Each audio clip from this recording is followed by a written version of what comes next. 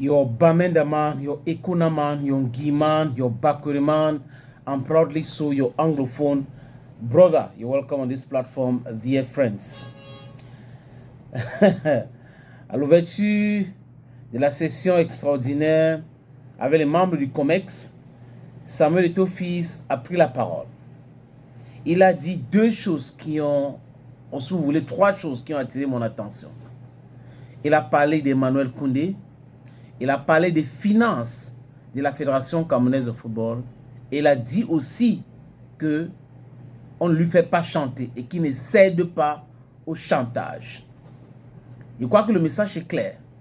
Et quand il dit, commençons par le chantage, pour ceux qui suivent l'actualité footballistique au Cameroun, ils savent très bien que depuis que Samuel Eto'o-Fils avait décidé de toiletter les finances et d'arrêter avec les anciennes méthodes, il y a des gens qui ont travaillé avec les anciens dirigeants de la Fédération camerounaise de football qui se sont fâchés avec lui.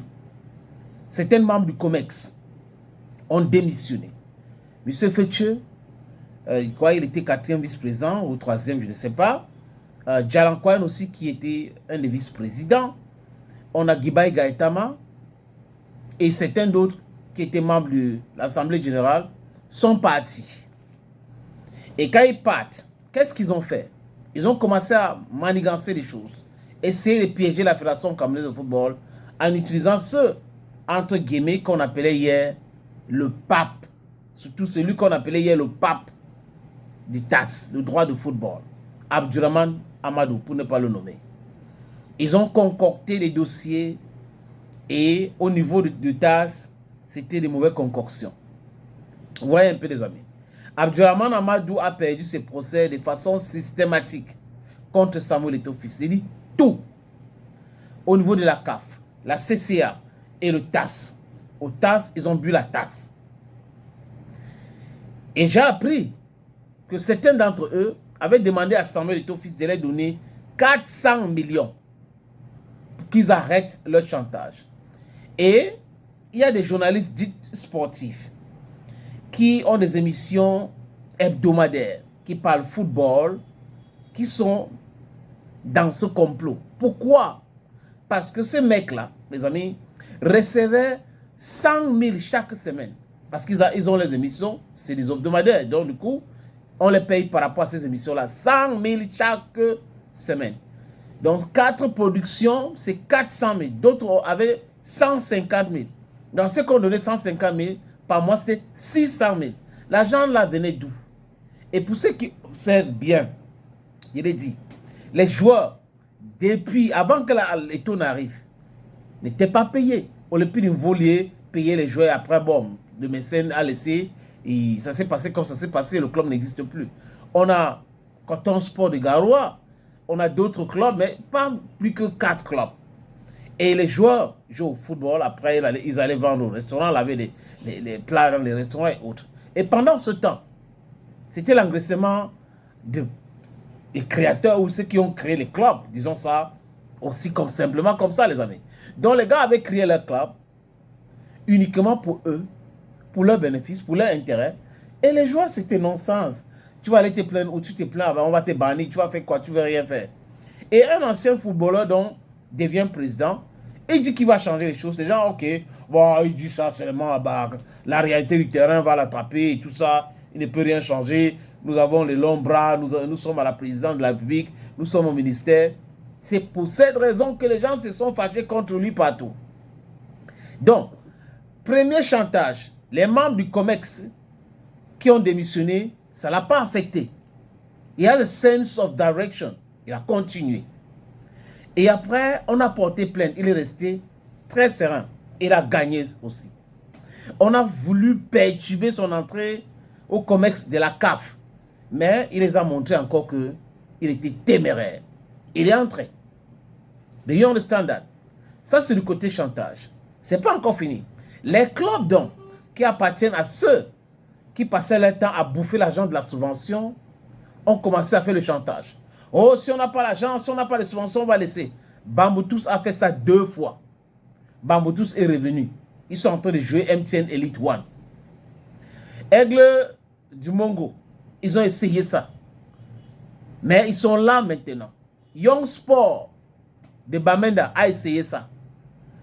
Ils ont été déclarés forfait pendant 2 rencontres.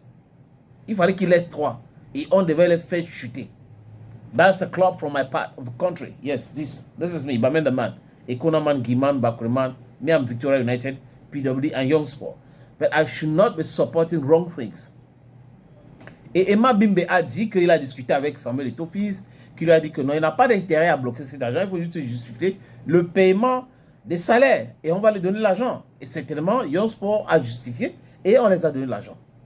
Vous voyez que sur ce front-là, les clubs qui ont essayé de faire le chantage n'ont pas eu gain de cause. Les présidents de clubs n'ont pas eu gain de cause. Certains membres du COMEX qui ont procédé par le chantage n'ont pas eu gain de cause. Deuxième chose, les amis, c'est quoi? Ce sont les finances. Les finances. Mais avant de toucher les finances, parlons de l'hommage qu'il a rendu à Emmanuel Koundé. Il a brossé en quelques secondes l'immense carrière d'Emmanuel Koundé. Un gars qui a joué, un papa ou un mec qui a joué au Cameroun, qui a gagné les Coupes du Cameroun et tout ça, les championnats et tout, mais qui était le pilier de cette performance XXL des Lions de 90. Il était à l'épicentre même. On l'a vu dans l'épopée 90, Koundé était le métronome du milieu du terrain. Il stabilisait le milieu défensif. C'est celui-là qui marquait les pénaux comme s'il rigolait seulement. Il avait l'assurance, balle au pied, c'était la magie. Et il a rendu hommage parce qu'il a demandé un instant de silence pour honorer la mémoire d'Emmanuel Koundé. Il était même allé chez Emmanuel Koundé. On a vu les images où les gens disent mais c'est risqué. D'autres ont commencé à dire mais un président, c'est pas son travail là-bas, c'est pas pour TikTok et tout ça. Les gens qui sont perdus, les petits complexés du quartier. Un dirigeant, c'est sur le terrain. Ce n'est pas dans les bureaux feutrés, la climatisation et autres. Ce n'est pas ça le dirigeant. Mais comme M. Biya nous a habitué à un président, qui reste seulement au bureau, qui n'est pas sur le terrain, les gens pensent que c'est comme ça que ça fonctionne. Non, chère dame, cher monsieur, ce n'est pas comme ça que ça fonctionne. Concernant les finances, oh, il a fait ceci, oh, il a fait cela, oh, il a fait ceci. Il a parlé de quoi? De 9 milliards. Donc, vous voyez que les gens racontent ce qu'ils veulent raconter sur les réseaux sociaux. Chacun dit sa part. Et il y a des spécialistes dans Eto'o Bachin. Et il s'étonne que d'autres personnes viennent restituer les faits. Parce que nous sommes ici pour restituer les faits. Rien que les faits. Pas entrer dans les guerres inutiles. Pas parler par rapport aux intérêts financiers. Non. That is not our interest. Our interest is to talk about football. Our interest is to talk about what is going wrong and what is going correctly. That is the thing. But les autres, quand vous regardez, c'est le Bachin, Eto'o Bachin, Eto'o Matin, Eto'o n'a rien fait, Eto'o peut pas, Eto'o a fait ceci, il est monté, il est descendu. Changez de disque, chers amis. Pensez à autre chose. The guys are just terrible. They're horrible people. I'm telling you. They're horrible, horrible people. Eto'o, il est calme. Je ne cède pas au chantage.